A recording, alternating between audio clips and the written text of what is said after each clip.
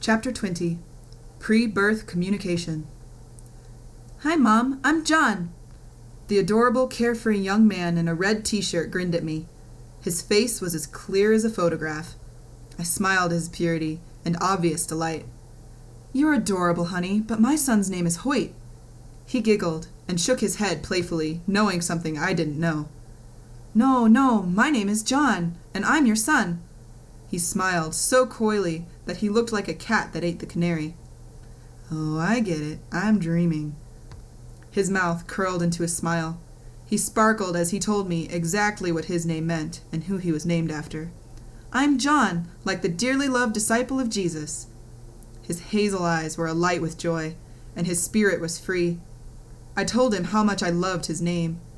We talked gingerly, simply enjoying each other. I asked him when I could meet him, and he said, "Soon." 2 months later, I felt a little under the weather, so, just to be sure, I took a pregnancy test. While Christopher was propped up on his elbows above me, looking down into my eyes, I told him I was pregnant. He almost fell down. I felt his weight on top of me. He brushed the hair back from my face, and his mouth delightedly covered mine. As odd as it may sound, this pre-birth communication was unfeigned and intense. I believe my baby and I had a connection before he was even conceived. Unlike other pregnancies, I didn't worry about this baby. I knew this little boy would be fine, healthy, and beautiful. I already felt like I knew him. Excitedly enjoying my second sonogram, we found out the baby was, indeed, a boy. Well, I guess we know what to name him. When John joined our family in body, I received physical, tangible evidence of what I felt about him all along. He was meant to be, and I was meant to be his mother.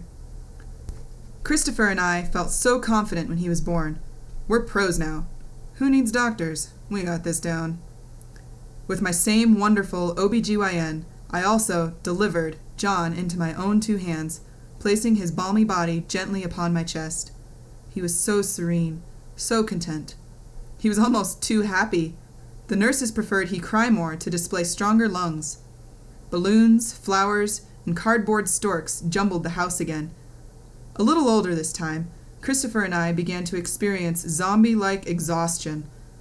I'd lay our precious John down after 3 a.m., fed, burped, and changed. I would usually have baby vomit on my shoulder, but I was too tired to notice or care. I toddled down the hallway, in a daze most nights, back to our bedroom.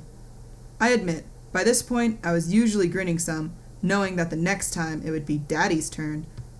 I spent a large portion of my life in gestational mode, embracing the joys of parenthood. I wouldn't have missed any of it for the world.